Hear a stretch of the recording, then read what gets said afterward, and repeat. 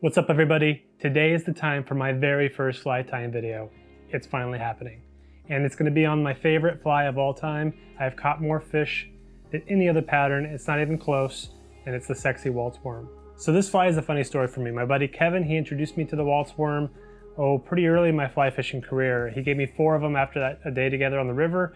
And eventually I did lose them all. I mean, they don't last forever. And after catching a bunch of fish, I'm like, I gotta have more Walt's worms. And I checked my local fly shop, they didn't carry them. So that's what got me into tying flies actually. It's kind of cool. So with that, let's get into it. Before I get into the tying video, I just wanna let you know I'm giving away a half dozen of these sexy Walt's worms to somebody.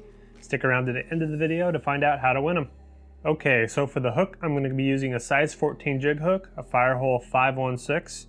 You can tie this a little bit smaller in a 16, or you can go a little bigger in a size 12. They all work great, but I find myself reaching for a 14. It's about the perfect size for me. I'm going to be using a 3.5mm slotted tungsten bead in matte black. I love the matte black beads because I feel like they're a little more subtle in the water for those picky or higher pressured fish. They're a little less spooked on it and they eat it more.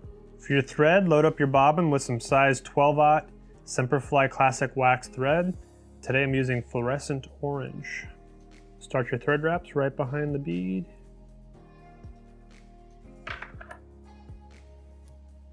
Wrap back forward right behind the bead. I'm going to tie in some lead-free wire in a 1/2 millimeter from Semperfli to add up some extra weight.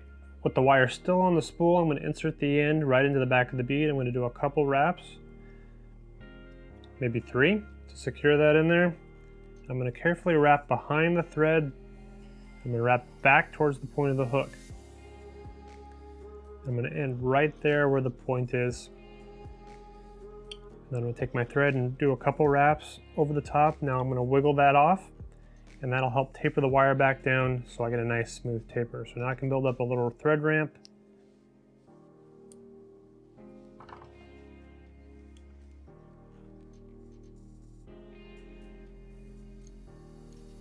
I'm going to wrap threads back to the bend of the hook.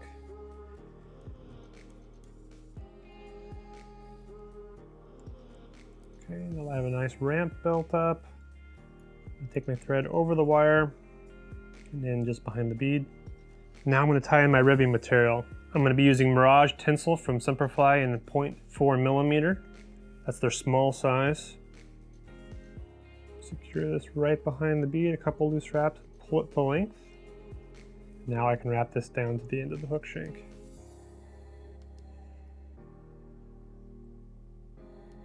Okay. Now I'll do some wraps forward back up to the point right behind the wire. Now I'm going to dub up the body using dark hare's ear. You can use pretty much any brand, it all does the job, but dark hare's ear has been the ticket for me. You want to make sure you're just pulling off little tiny bits when you make your noodle. Hare's ear is kind of a spiky dubbing, so it's very easy to overdo it because those long guard hairs will just sort of poke off and go in all directions. So you just want to do a little bit. I'm going to make this dubbing noodle about 3 inches.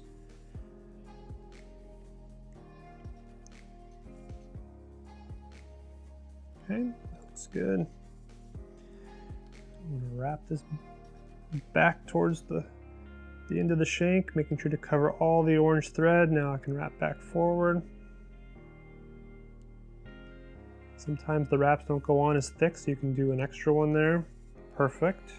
I'm going to set my bobbin in the bobbin cradle, and I'm going to use the rotary function to put my ribbing wraps on. I find that using the rotary, I have much more control over the spacing, and I keep the tension nice and even so the wraps are nice and tight all the way around, which helps with durability. If you don't have a rotary function, it's not that big a deal. You can still do it the old school way. I'm going to put 3 wraps behind the tinsel. Fold the tinsel back and put 3 more on the top. Trim that off. Now I want to build up a little bit of a collar. And I'm going to put down 6 whip finishes. And I find that that is the perfect formula for a nice, clean, but visible hot spot collar. Take your favorite head cement, put just a little dot right on the threads there. And while that's soaking in, you'll notice there's some guard hairs that are kind of wild.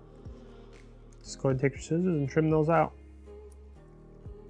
Now I like the Hare's Ear because it has that spiky look. It's more buggy in my opinion.